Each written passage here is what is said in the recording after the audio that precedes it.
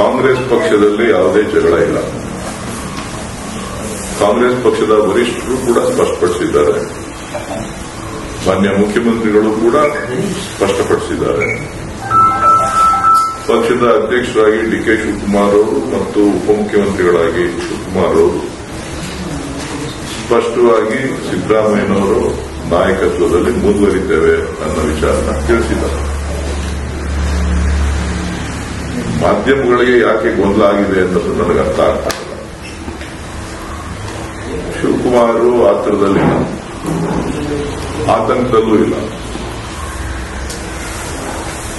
ಪಕ್ಷ ಕೊಟ್ಟಿರ್ತಕ್ಕಂಥ ಜವಾಬ್ದಾರಿಯನ್ನ ಪ್ರಾಮಾಣಿಕ ಪಕ್ಷದ ಒಬ್ಬ ಕಾರ್ಯಕರ್ತನಾಗಿ ಪಕ್ಷವನ್ನು ಮುನ್ನಡೆಸ್ತಾ ಇದ್ದಾರೆ. ಪಕ್ಷ ಏನು ಸೂಚನೆ ಕೊಡ್ತದೆ ಆ ಕೆಲಸವನ್ನ ಪ್ರಾಮಾಣಿಕವಾಗಿ ಮಾಡ್ತಾ ಇದ್ದಾರೆ. ಇನ್ನ ಹೆಚ್ಚಿನ ವಿಚಾರಗಳು ಏನೂ ಇಲ್ಲ. ಸದ್ಯಕ್ಕೆ ಮುಖ್ಯಮಂತ್ರಿ ಹುದ್ದೆ ಖಾಲಿ ಇಲ್ಲ.